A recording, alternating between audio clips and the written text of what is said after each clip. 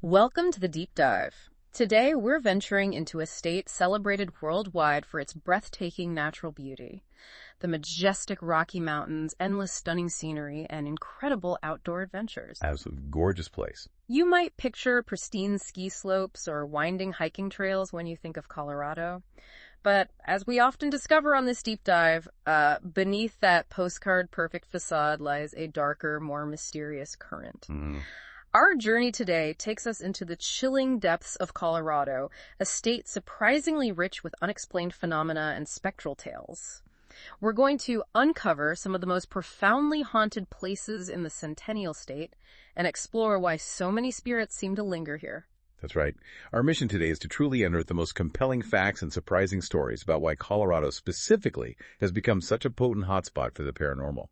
We've gathered insights from a pretty wide array of sources, everything from historical archives and travel blogs to dedicated paranormal investigation sites. Think of us as your guides, helping you navigate through these spectral stories, offering you, a shortcut to being truly well-informed about the eerie hidden history of Colorado. So let's unpack this right at the top. Why is Colorado, of all places, so thoroughly riddled with these unexplained phenomena and ghost stories? I mean, every state has its share of old buildings with a past, right? But what is it about Colorado that makes it stand out as this literal mecca for anyone looking for the paranormal, as some sources put it? It's quite fascinating, actually, and the answer truly lies in the very fabric of the state's tumultuous history. Colorado's foundation is just steeped in incredible upheaval and intense human drama. Okay. We're talking about the frenzied gold and silver rushes of the 19th century, which triggered these explosive boom and bust cycles. Towns would spring up virtually overnight, fueled by dreams of instant wealth. Right, the classic image. Exactly. And they often devolved into, lawlessness, widespread corruption, sudden violence, murder, two-timing, and what the sources vividly describe as good old-fashioned debauchery. The Wild West stereotype, but very real. Wow. So intense beginnings. Incredibly intense. Imagine the sheer level of emotions poured into these burgeoning settlements. Desperate hope, crushing despair, fierce greed, profound love, and often just brutal violence. Yeah, you can feel that pressure cooker environment. Definitely. Then, just as rapidly as they appeared, the mines would dry up, and these once vibrant communities would become literal ghost towns, sometimes almost overnight. Okay, so the name takes on a double meaning. Precisely. This rapid rise and dramatic fall, coupled with the sheer amount of unresolved human emotion and often violent ends, inherently creates an incredibly fertile ground for restless spirits and lingering energetic imprints. It's as if the very land absorbed the profound experiences of those who lived and died there so intensely. And we often see two primary types of hauntings stemming from this history. There are residual hauntings, which are like energetic recordings of past events, movements, sounds, just playing out repeatedly, like an echo. Okay, like a tape loop. Sort of, yeah. And then there are intelligent hauntings, where spirits seem to have an awareness and can actively interact with the living. This distinction, it'll help us understand many of the phenomena we'll discuss today. That historical backdrop really sets the stage, doesn't it? It explains why so much of the state feels, saturated with these stories, not just an old building here or there, but a systemic historical setup for spectral activity. Exactly. The foundation was laid early on. And that history leads us directly into some of the most iconic haunted locations. So let's start where many people first look for hauntings. Colorado's grand old hotels and buildings, places where history doesn't just linger in the halls, but actively interacts with the living. And there's arguably no more famous example than the Stanley Hotel in Estes Park. Absolutely. You can't talk Colorado hauntings without mentioning the Stanley. It's a majestic structure, more than 100 years old. Beautiful place. And it's famous not just for its Edwardian elegance, but for notoriously inspiring Stephen King's iconic novel, The Shining. Right, The Shining. That's the big one everyone knows. The movie, the book, it all comes back to the Stanley. Exactly. And King himself was reportedly so profoundly spooked after spending just a single night in room 217 back in 1974, that it fueled his imagination for the entire book. Just one night. Wow. What did he experience? He describes a profound sense of unease, particularly encountering spectral children playing in the corridors, an experience that has since become a really recurring report from countless guests over the years. It's fascinating how one person's experience can amplify a location's legend like that. But is it just King's personal story? Or are the hauntings at the Stanley genuinely widespread and consistent? Are other people reporting similar things? Oh, they're consistently reported, yeah, by both guests and staff. The active spirits of the former owner, F.O. Stanley, and his wife, Flora, are frequently encountered, or at least people believe they are. The original owners. Yes. Flora, it's widely believed, still enjoys playing her antique Steinway piano in the ballroom. It was a grand gift from her husband when the hotel opened. So people hear piano music? All the time. Guests consistently hear faint sounds of children's laughter, too, echoing in empty corridors, just like King reported. There were reports of mysterious footsteps in vacant rooms, lights flickering seemingly on their own at all hours. Classic haunting signs. Right, the classics. And that unmistakable, ethereal piano music emanating from an otherwise empty ballroom. It often seems to accompany visitors as they explore. The hotel, it embraces its reputation now. They even offer spirited night tours. Do they? Yeah, they lead visitors through the historic grounds and an eerie underground tunnel, giving you a full, immersive experience of its dark history. It's quite the production. Okay, from the mountain luxury of Estes Park, let's descend a bit to Glenwood Springs and the historic Hotel Colorado. This place has a fascinating, almost paradoxical nickname, the Little White House of the West. What's the story behind that, and how did it become such a hub for paranormal activity? Sounds prestigious, not spooky. It's true. The nickname points to its grand past. Established way back in 1893, the Hotel Colorado quickly became this prestigious summer retreat. It drew famous guests like Presidents Theodore Roosevelt and William Howard Taft, and even the unsinkable Molly Brown. Wow, so real VIPs. Absolutely. That's how it earned that distinguished nickname. However, its history took a much darker, pivotal turn during World War II. Ah, okay. Here comes the twist. Right. From 1943 to 1946, it was completely repurposed as a U.S. Naval Convalescent Hospital. It housed over 500 wounded soldiers at a time. 500? That's a lot of suffering in one place. Exactly. And crucially, our sources mention giant ovens deep in the basement. Ovens that were used to cremate those who didn't survive their injuries right there on site. They cremated bodies in the hotel basement. That's what the sources claim, yes. Furthermore, there were prisoners held in a makeshift basement brig. These wartime horrors, the immense suffering, the death, the cremation within its walls, they're consistently cited as the sources for the potent ghostly tales that plague the hotel today. I can see why. It's theorized that the agony and trauma of those wartime deaths and the sheer number of souls passing within its confines just infuse the building with a profound, lingering energy. So the radical shift from a luxurious retreat to a wartime hospital, then essentially a morgue and prison, that created a crucible for paranormal activity. What are guests and staff reporting now, decades later? Does it connect back to that period? The reports are quite varied and deeply chilling. And yeah, they often directly echo that dark period. Many people who stay at the Hotel Colorado have reported hearing strange, distinct noises, particularly the mournful sound of a woman wailing. Oh, that's unsettling. Very. Some speculate it's connected to the wartime deaths. Random objects are reported to move on their own, small things shifting. And apparitions, full-bodied ghost sightings are common. Any specific figures people see? Yes, quite specific. There's a young Victorian girl often seen playing with a ball, perhaps a residual echo of happier times before the war. More unsettlingly, a female apparition is frequently seen peering eerily over male guests while they're in their beds. Whoa. Okay, that's invasive. Right. And there's a consistently angry male presence reported on the 5th floor, possibly a soldier still raging against his fate, maybe someone who died in the hospital. It's clear the past residents, both the elite guests and the suffering soldiers, have left an indelible and active mark. That's a powerful and disturbing connection between historical events and lingering spirits.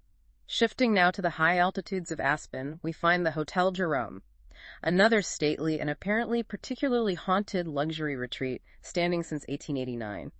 What specific tragedies unfolded here that might explain its reputation?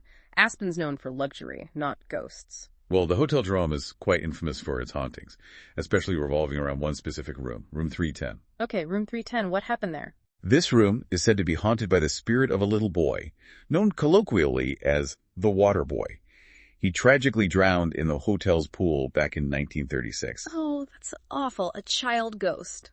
Yes, and the reports are very specific. Guests and staff consistently report seeing him soaking wet and shivering, seemingly still affected by his final moments, only for him to vanish suddenly. And the water part. He often leaves behind a trail of wet footprints on the carpet, even when everything else is dry. Wow. Okay, that's a very specific, chilling detail. Are staff spooked by this? Absolutely. Some staff members are reportedly so unnerved by the hauntings and what they describe as a perceived evil presence on the third floor.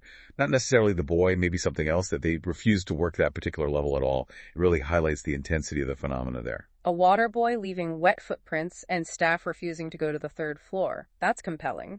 Are there other distinct spirits besides the boy, or is the third floor just generally active with stuff happening? Well, the water boy is perhaps the most vivid and tragic figure, but the sources do mention other reported intelligent spirits. There's talk of a maid named Katie and a miner named Henry. Figures from the hotel's past. Presumably. The third floor, in particular, just seems to be a hub of activity.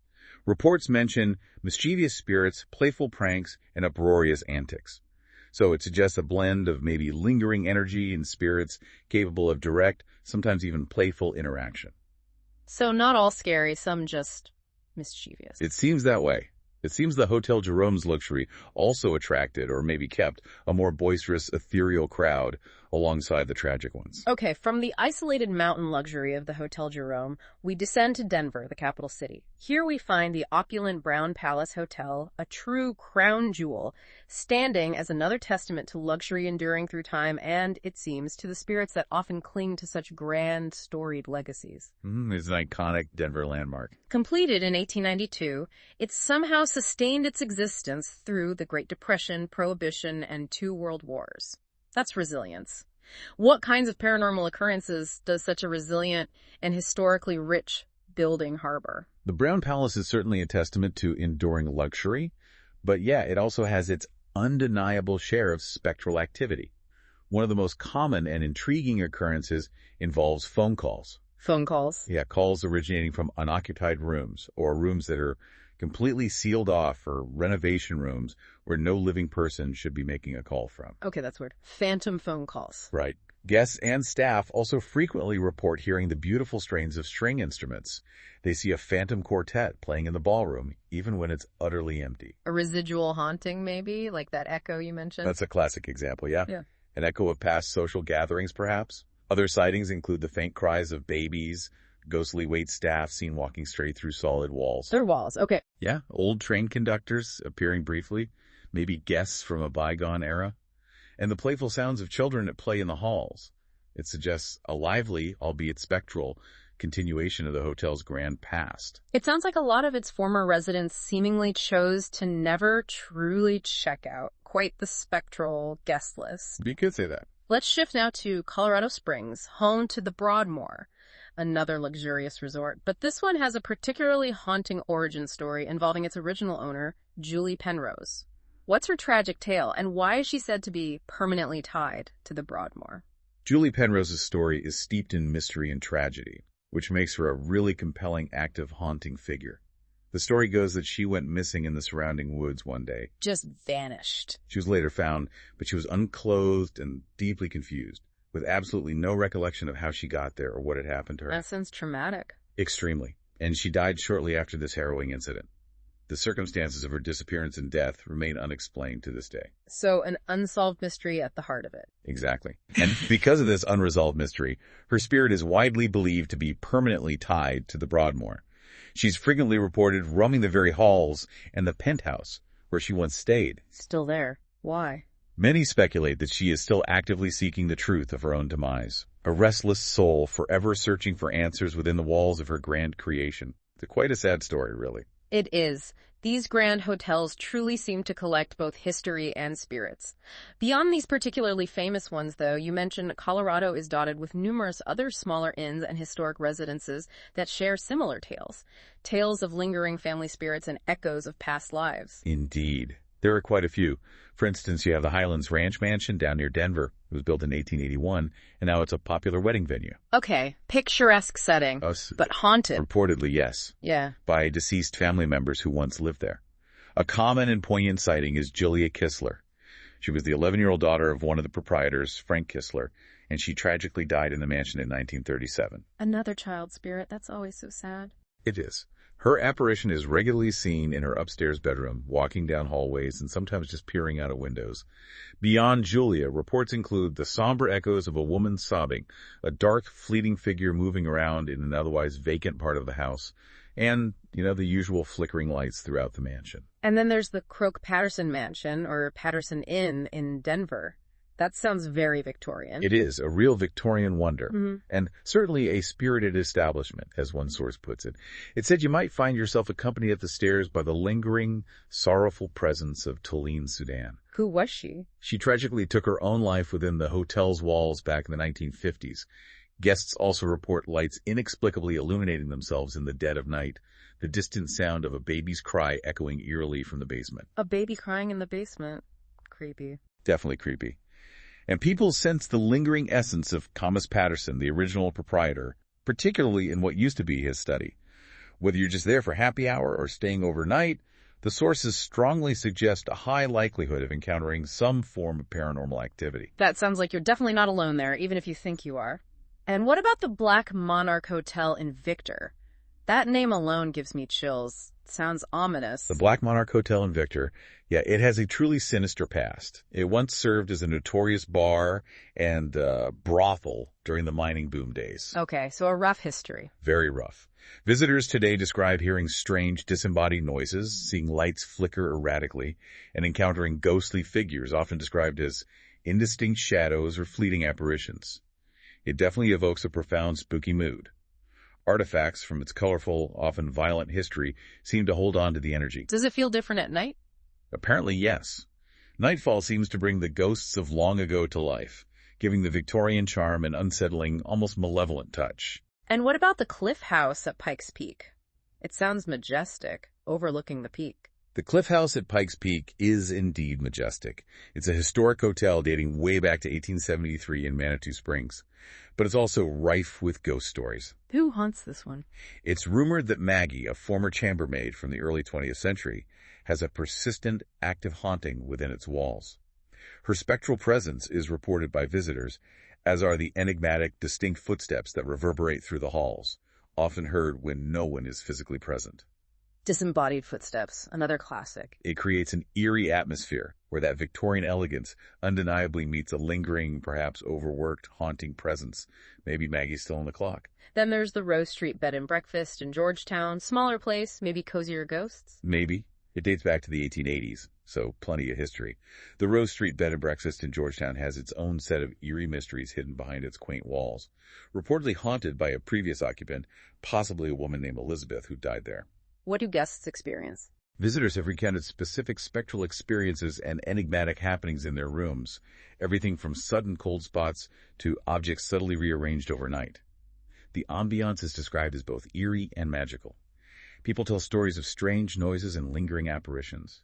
It truly invites an evocative journey into Georgetown's spooky and intriguing past, a place where the comfort of a B&B blends with the discomfort of the unexplained. And finally, back in Denver, the Lumber Baron Inn. Sounds grand. It is. The elaborate, opulent walls of Denver's Lumber Baron Inn, a Victorian house converted to a bed and breakfast, conceal particularly eerie secrets, though. It's reportedly haunted by its late owner, John Moose. Okay. And also by two young women who were tragically murdered on the premises in 1970. Oh, wow. Murder victims. That adds a dark layer. A very dark layer. Visitors consistently report unsettling experiences. Spectral footsteps distinctly walking above or below them when no one is there, and doors that seem to open on their own. These phenomena give the sumptuous atmosphere a truly spooky touch, providing a haunting stay for those interested in exploring Denver's mysterious, ghostly past, especially its more violent chapters. Okay, having explored how the grand facades of Colorado's historic buildings harbor these spectral residents, let's now venture into a different kind of haunted landscape, the open spaces, the very ground beneath our feet. Because sometimes, it's the most tranquil spots that hide the darkest truths. That's often the case. And perhaps no place epitomizes this more than Cheesman Park in Denver. It looks like a beautiful, sprawling city park, a perfect spot for walking, jogging, picnicking. But what's its hidden, truly macabre past? Cheesman Park has a genuinely disturbing macabre history that goes far beyond a simple haunting. It really does. It was originally established way back in 1858 as Mount Prospect Graveyard, Denver's very first cemetery. So it was built on a cemetery. It was the cemetery. When the city decided to convert it into a park in the late 1800s, the plan was to relocate all the bodies. But, well, they didn't all get moved. Wait, what? There are still bodies under the park. Many human remains are still believed to be buried directly beneath the park today, which is incredibly unsettling when you think about people having picnics there. Definitely. In fact, this gruesome history and the subsequent disturbance of the dead were the direct inspiration for the chilling 1982 movie Poltergeist. Poltergeist. Okay, wow. That's a huge claim that immediately elevates the creep factor. What exactly transpired during that relocation process that was so horrendous? Why weren't they all moved? The sources detail a truly gruesome period in 1893. A man named E.P. McGovern was infamously entrusted with relocating the unclaimed bodies. He was paid a fee for each body relocated. Okay, seems standard. But instead of transporting them intact with dignity, McGovern, apparently driven purely by greed, chose to dismember the remains. He hacked them up to fit them into smaller children's coffins. What? Why would he do that? Because the smaller coffins were cheaper, and he was paid per coffin. This allowed him to secure a heftier payment, effectively charging for more bodies than he actually moved, while disrespecting the remains in the most horrific way possible. That's beyond comprehension. The level of disrespect is just wow. Exactly. And this profoundly disrespectful and violent handling of the dead led to immediate and intense eerie occurrences right from the start, setting the stage for the powerful hauntings reported today. I can only imagine. So with such a disturbing foundation, what kind of specific hauntings are reported now in the park and the surrounding area? It must be intense. The reports are numerous and vivid. Many people have reported strong ghostly experiences, even full apparitions, when walking through the park, especially at night. In the nearby mansions and houses, many built right on top of the former cemetery grounds. They're haunted too. They are also said to be haunted by the spirits of people who were originally buried there. Specific accounts include sudden cold touches from unseen entities, the ethereal sounds of ghostly children playing at night when the park is empty, and the sighting of a singing lady who vanishes when approached. A singing lady? Yeah. Perhaps the most chilling and detailed figure, though, is someone nicknamed Slackjaw. Slackjaw? A spectral figure reportedly seen with a broken jaw and a blood-soaked gown who apparently materializes, recounts his tragic tale, maybe how he died or how his grave was disturbed before dissolving into the night. Good Lord.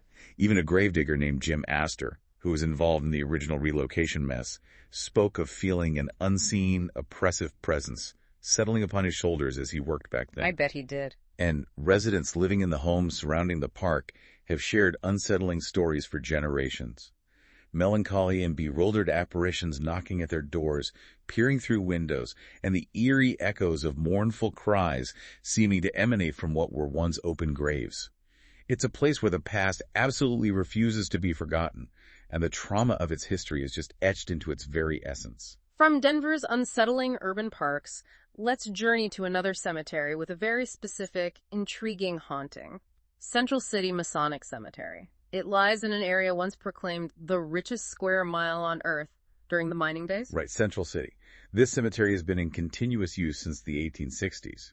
And while it shows signs of decay today, it's primarily from natural wear and tear, not really vandalism. And the haunting here is specific. Very specific. The most consistent and well-known haunting here is that of the Lady in Black, sometimes also called the Columbine Lady. The Lady in Black, what does she do?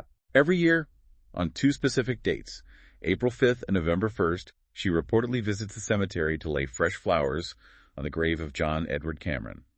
He died on November 1st, 1885. Twice a year, same dates, same grave. That's dedication. Incredible dedication. She even apparently planted a unique rose bush by his grave that would bloom every spring. After a few years' mysterious hiatus where she didn't appear, she resumed her twice-annual visits, and they've reportedly continued ever since. Any idea who she is? Or was? It's widely speculated she was his betrothed, carrying on this solemn tradition of devotion long beyond the grave. It's quite a romantic, if spectral story. It is. And you mentioned Central City itself is active. Oh, yeah. It's worth noting that Central City itself is described as a hotbed of paranormal activity. The cemetery is just one profound part of a larger, incredibly haunted landscape there. And what about Silver Cliff Cemetery, another old pioneer cemetery? Silver Cliff Cemetery is another old burial ground, yeah. Connected to Colorado's early pioneers and miners, whose lives were often harsh and cut short. It's said to be haunted by lingering souls. What do people see there? Reports mainly mention faint apparitions glimpsed among the headstones and weird, unexplained lights flickering between the tombstones, especially at dusk or night. It's described as a quiet but deeply eerie testament to its past residents still tied to the land. This raises an important question that seems to echo through many of these stories we're discussing. Do places of confinement and past suffering, like prisons or jails, hold more spirits than others? They're places where intense emotions, despair, and often violence played out for prolonged periods. Is there a connection? That's an excellent question, and our sources certainly suggest a strong correlation between that kind of concentrated suffering and lingering energy or spirits. Consider the Museum of Colorado Prisons in Canyon City. Okay. It possesses a unique, almost unnerving feature. It shares a wall, complete with armed guard towers, with a prison that has been continuously in operation since 1871. That's even before Colorado officially became a state. Wow, so it's literally right next door to an active, very old prison. It shares a wall. And the museum itself is housed within actual jail cells, solitary confinement areas, and dining halls used by inmates for over 140 years. You're literally walking through the actual spaces of confinement. So it's not just a museum about a prison. It's a museum within a prison's living, ongoing history, essentially. What specific chilling reports emerge from such a place? That sounds incredibly charged. Precisely. The continuity of suffering is palpable. Prisoners from decades ago claimed to hear disembodied voices coming from their cells in the middle of the night. And now, guests visiting the museum report hearing the exact same unsettling sounds from inside those very same cells. Same sounds decades later. Exactly.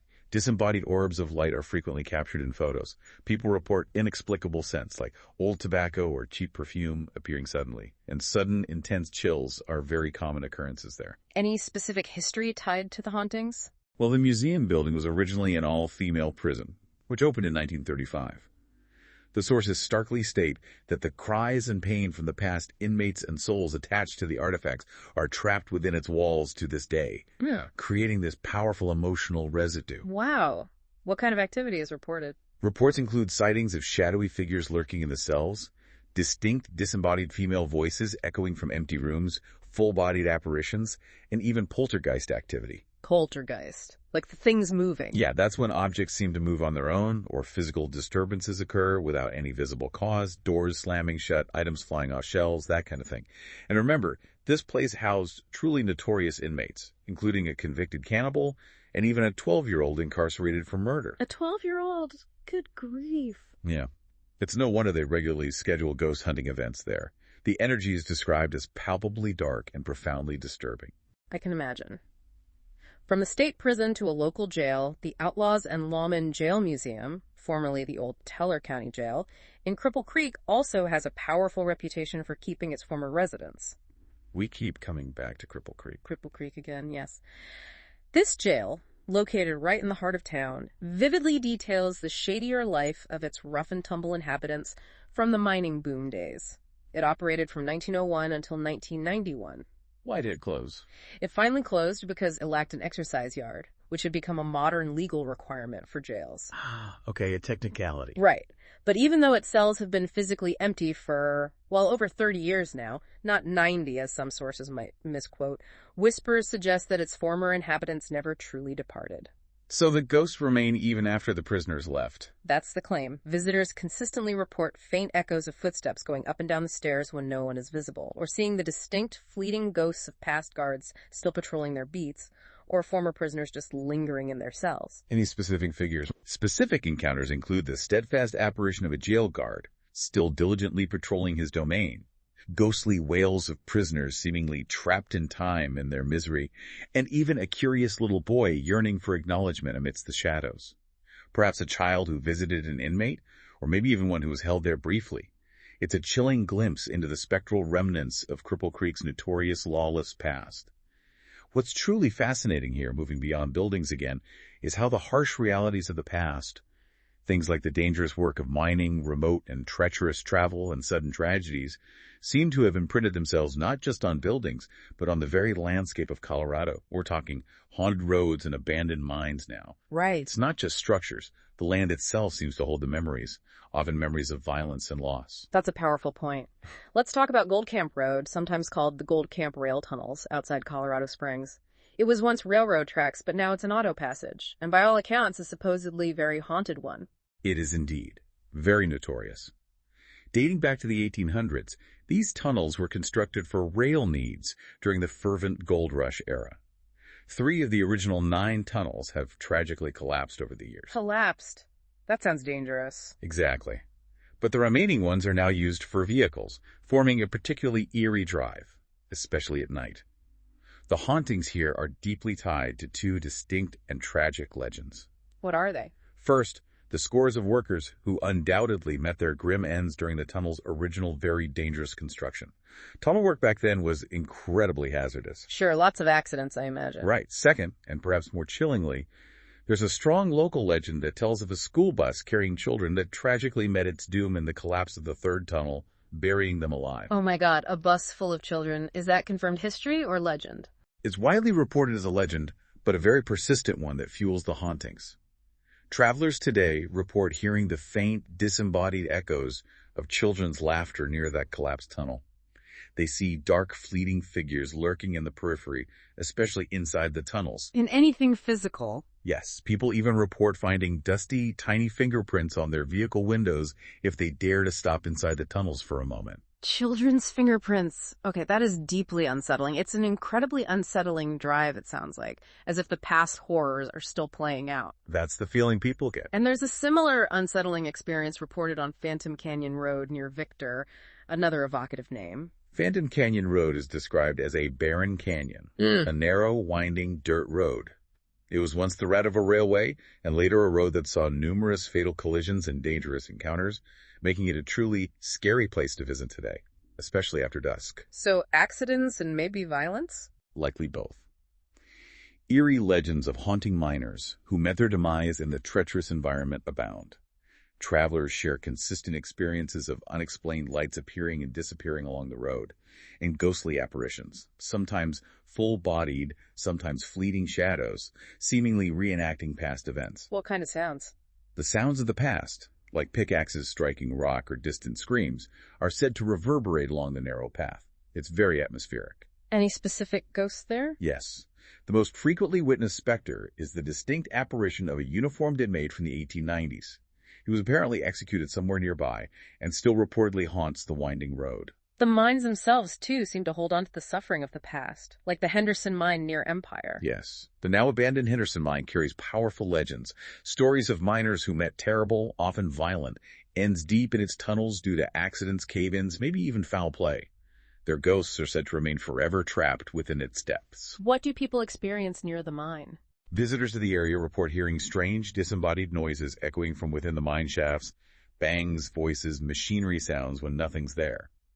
And sudden, inexplicable, chilly places within the abandoned structure, a stark and chilling reminder of the dangerous and often fatal lives once lived there.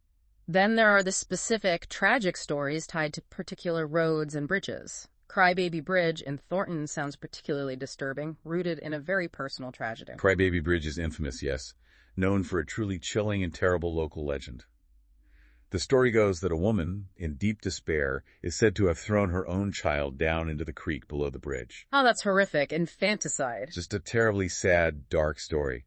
And the profound anguish and despair associated with this alleged event manifests as a very visceral haunting. The distinct sound of a sobbing baby is reportedly heard reverberating throughout the night near the bridge. Just the sound. Mostly the sound, but both locals and curious tourists also report seeing ghostly figures, often of a distressed woman, near the bridge. It gives the area an enigmatic and disturbing quality at night, a perpetual echo of a mother's ultimate sorrow. And right there in Thornton, Riverdale Road is described by many as one of the most haunted roads in Colorado, with a different kind of tragic tale. What's the story there?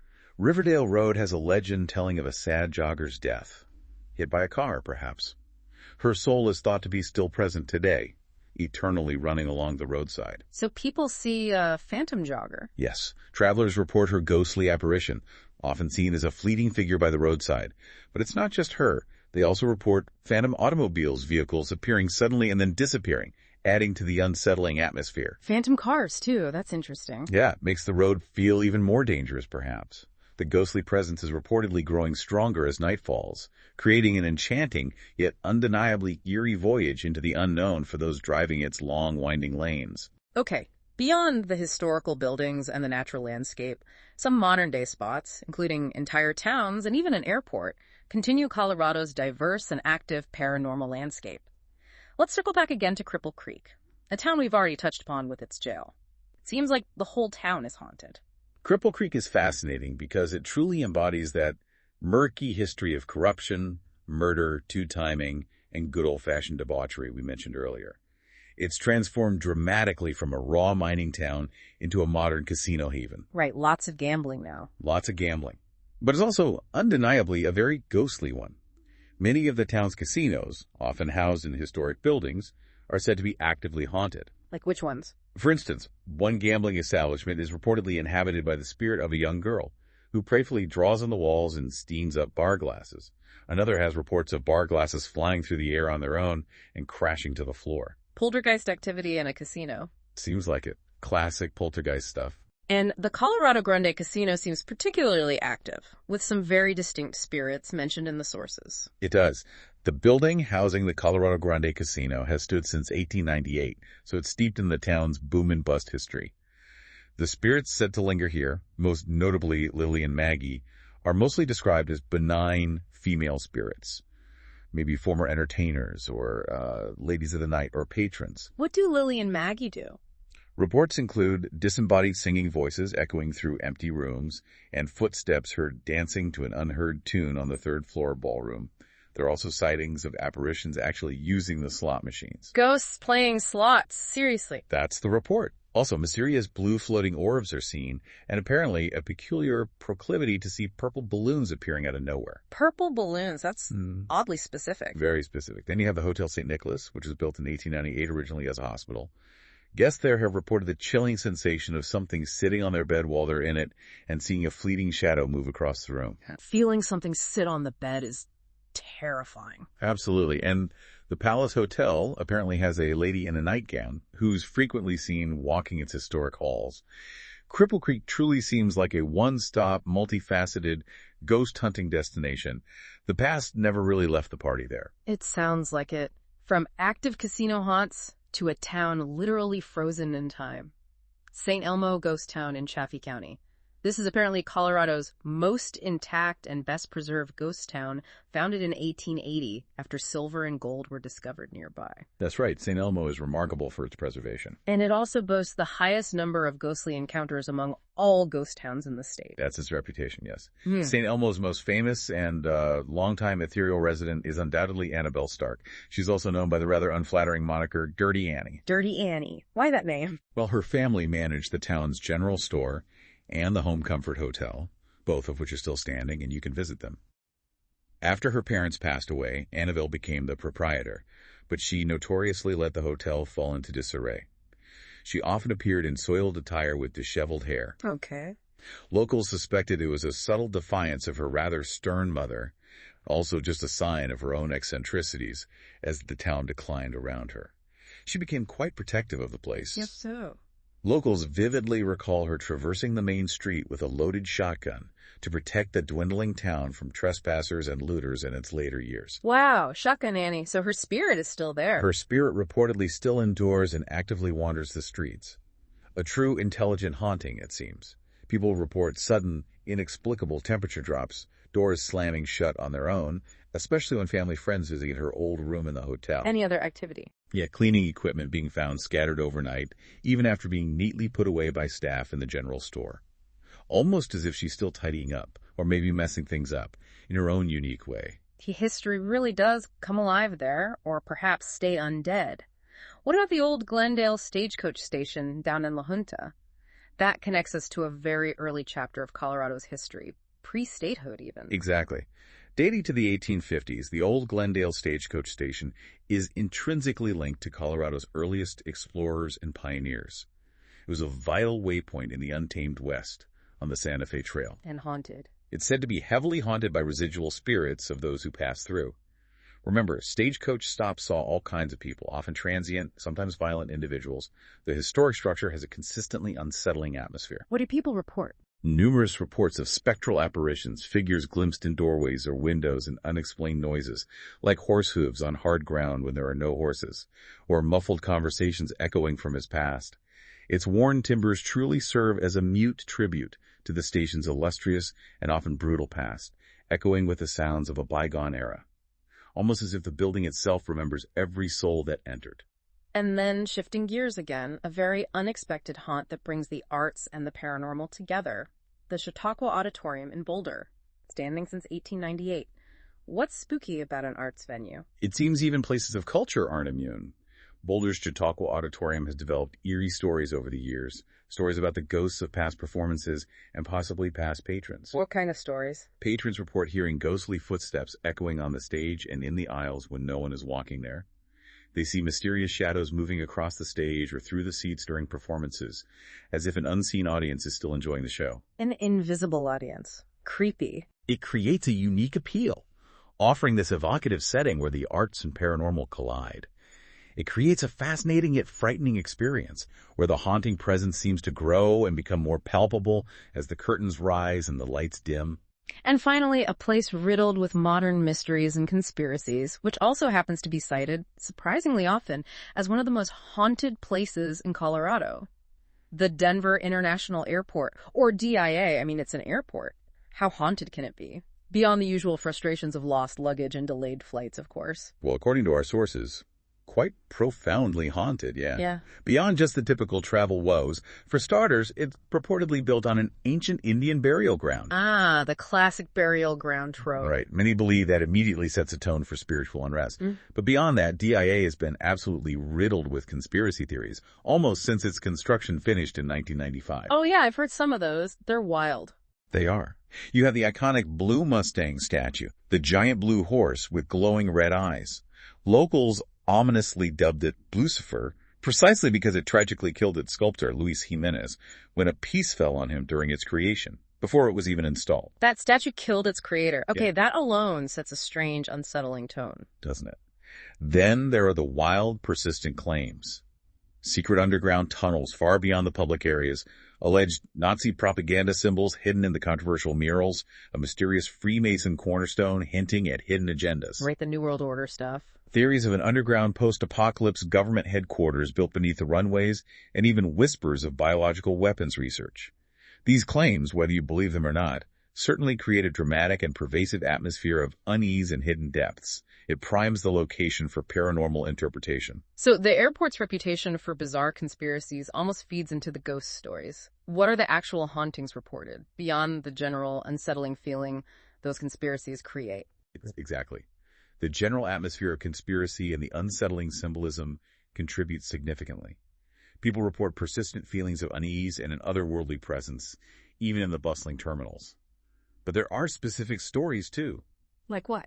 Stories of guests taking elevators, only to inexplicably end up in some spooky area of the airport, a section that shouldn't be accessible, maybe a dark maintenance tunnel or a forgotten basement level. Places where they encounter inexplicable cold spots or hear disembodied whispers before the elevator doors close again. Whoa, wrong floor ghost edition. Pretty much. The Denver International Airport, it seems, has many secrets and a haunted past that may never be fully uncovered, making it a uniquely contemporary urban legend that feels very much alive and still developing. You know, if we connect all of this back, look at the bigger picture.